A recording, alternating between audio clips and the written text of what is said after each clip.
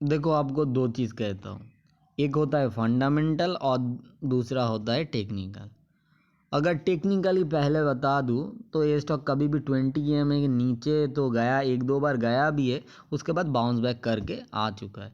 But आज जो धुलाई हुआ है, ये मेरे को नहीं लगता है ये दोबारा वो ये हाई टास्क कर पाएगा। क्योंकि हाई वॉल्यूम में सेल भी हुआ है और प्राइस भी रिफ्लेक्ट कर रहा है। अगर प्राइस रिफ्लेक्ट कर रहा है और ये साथ साथ ये तो अच्छा खासा धुलाई होगा। तो इसके पीछे का कोई कारण है। अगर मान लो ये स्टॉक के पास बहुत सारा रीज़न है, मतलब डिफेंस में तो है ही, और इसके साथ साथ जो रियल एस्टेट साइड में है, बहुत सारा साइड में है।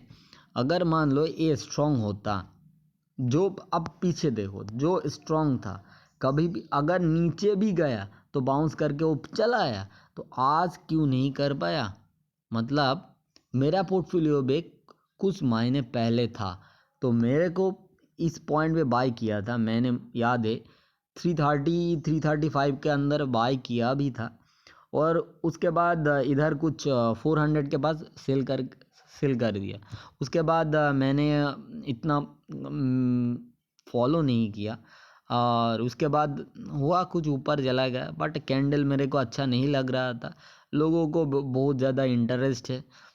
देखो ये इसके अंदर जो डिफेंस का स्टोरी है, जो भी ऑर्डर मिल रहा है, देखो एक चीज़, ऑर्डर तो एग्जीक्यूशन एक दिन में काम नहीं होने वाला है। जो रेल में हो रहा है, जो क्या क्या कहते हैं उसको, इंफ्रा कंपनी में हो रहा है, ठीक है चलो, जो भी पैसा एलोकेट हो रहा है तो उसको टाइम लगने वाला है।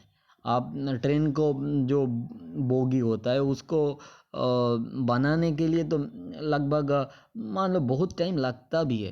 तो आप ऑर्डर ऑर्डर को पब्लिश करके प्राइस को ऊपर ले जा करके, उसके बाद जिसके पास माल नीचे था उसने सेल कर देगा और तुम बैठे रहोगे। तो ये चीज़ें ही इधर भी वही हो रहा है, शायद लग रहा है। दूसरा कोई रीज़न नहीं है, किसी ने पोर्टफोलियो में था और उसने निकाल दिया। तो एक चीज़ याद रखो, अगर प्राइस रिफ्लेक्ट हुआ है और तुम्हारा एसेल जो था वो एसेल नहीं गए, तो स्टिक बैठे रहो। अगर एसेल जहाँ एसेल है ले लो, अगर नहीं है तो तुम्हारा जो जलना था तो जलेगा। तो आप इतना टेंशन मत लेना, क्योंकि अगर एसेल को तुम अगर पसंद नहीं करते हो लॉन्ग टर्म होने, तो लॉन्ग टर्म बैठे रहो।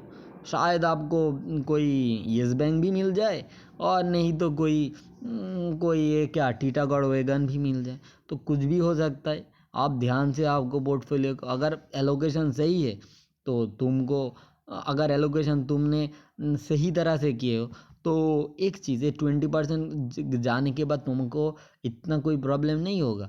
अगर अगर बड़ा क्वांटिटी में तुम एग्जीक्यूट किए हो और 20% लॉस सर्किट में है, तो तुमको थोड़ा सा देखना पड़ेगा तुम कैसे ट्रेड करते हो और कैसे पोर्टफोलियो मैनेज करते हो। ज़्यादातर लोग गैम्बलिंग ही करता है, यूट्यूब में आ करके बाग बाग करके ही वो दिन कटाता है।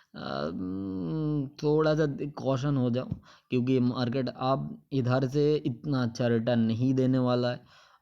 कुछ लोग कहता है जो अगर इलेक्शन में जो गवर्नमेंट है आएगा, उसके बाद फिर से बम होगा। आपको कोई किताब में लिखा है ये हर बार हुआ है तो ये इस बार भी होगा?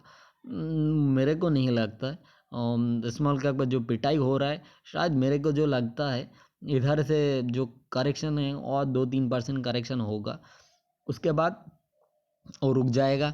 और एक छोटा सा रेंज के अंदर मे बी 3 4 5 6 जो भी मानते हो सकता है, और टाइम करेक्शन में भी चला जाए।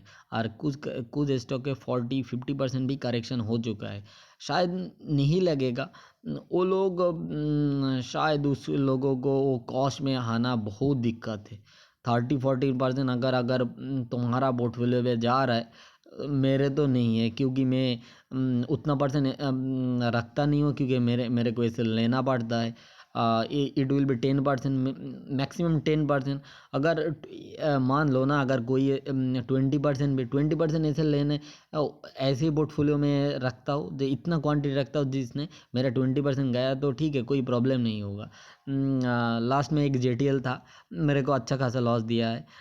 मैंने कभी सोचा नहीं था वो कंपनी इतना बड़ा फ्रॉड करेगा। प्रोमोटर के साथ मिल करके ये लोग किया है। कांग्रेस देम। मेरे को तो दोबारा उसमें एंट्री करने का कोई ज़रूरत ही नहीं है। ठीक है, तुम लोगों के पास अगर JTL है तो तुम इंजॉय करो। मेरे को दोबारा देखने भी नहीं है क्योंकि मेरे को और एक ऐसे एक स्टॉक मिला था, वो एक राजेश एक्सपोर्ट नाम करके। तब कंपनी के अंदर इतना कुछ नहीं था, तो थोड़े धीरे धीरे निकल रहा है। बहुत सारे कंपनी में, क्योंकि आप बाहर रह करके ये पूरे बिजनेस को देख नहीं सकते हो। ये सिस्टम के साथ लड़ाई नहीं कर सकते हो। सिस्टम अलग चलता है, वो बिजनेस अलग चलता है। बिजनेस अच्छा चलेगा तो ये सिस्टम नहीं चलेगा, अगर सिस्टम चलेगा तो बिजनेस नहीं चलेगा।